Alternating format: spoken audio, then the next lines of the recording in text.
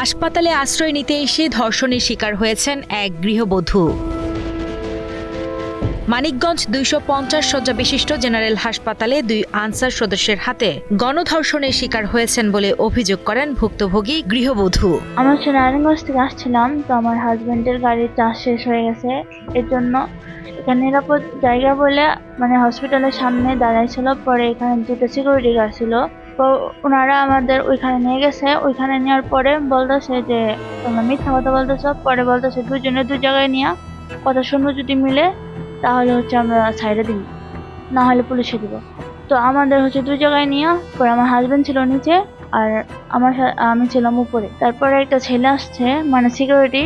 তারপর আসার পরে হচ্ছে আপনার আমার কথা জিজ্ঞেস করছিল অনেক কিছু। পরে হচ্ছে আমার অনেক ভয় দেখাইছে, তোমার মায়েরা ফিল্মু, তোমার এটা ওইটা অনেক কিছু বলছে। পরে আমার দর্শন করা হয়েছে। তারপর উনি যাওয়ার পরে আরেকজনের পাঠাইছে, উনি ওইরকম করছে। যে আমার বউ বললো যে না আমি থাকবো না এখানে, যে আমার ভালো লাগে না, হসপিটালে থাকতে অনেকটা খারাপ লাগতেছে। আমারও অস্বাভাবিক লাগলো যে হয়তো এখানে কিছু বলতেছে না, দেখি বাইরে যে কিছু বলে কিনা, নাহলে বাসায় চলে যাবো, হয়তো এখানে থাকতে লেগে খারাপও লাগতে পারে।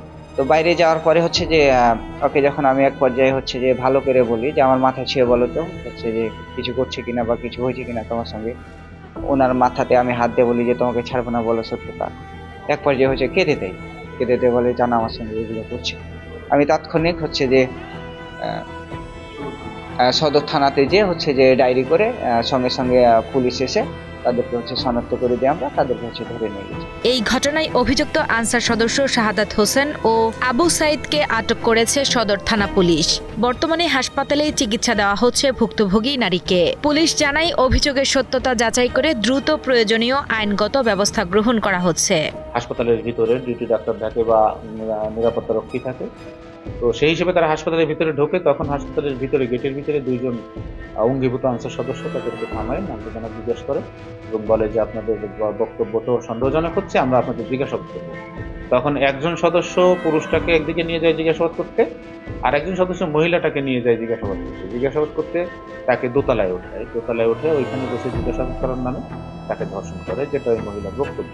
পরবর্তীতে ওই সদস্য নিচে নেমে এসে ওর স্বামীর কাছে থাকে এবং ওর স্বামীকে কথা বলতে বলতে আর একদিকে নিয়ে যায় জিজ্ঞাসাবাদ করতে। আর ওই স্বামীর কাছে থাকা ব্যক্তি আনসার সদস্য তখন উপরে যায় যে ও তখন ওই মেয়েটাকে ধর্ষণ। তো এই বক্তব্যের পরিপ্রেক্ষিতে আমাদের টিম ওইখানে গেছিল। যাওয়ার পরে তারা ওই আনসার সদস্যদের ডাকায়। আনসার সদস্যরা প্রথমে আসতে অস্বীকৃতি জানায়, পরবর্তীতে যখন ঘটনা বলে ডাকায় তখন সমস্ত আনসার সদস্যকে দাঁড় করাইয়ে মেয়ের সামনে দিলে মেয়ে নিজেই শনাক্ত করে যে এই 2 জন আনসার সদস্য এই ঘটনাটা করে।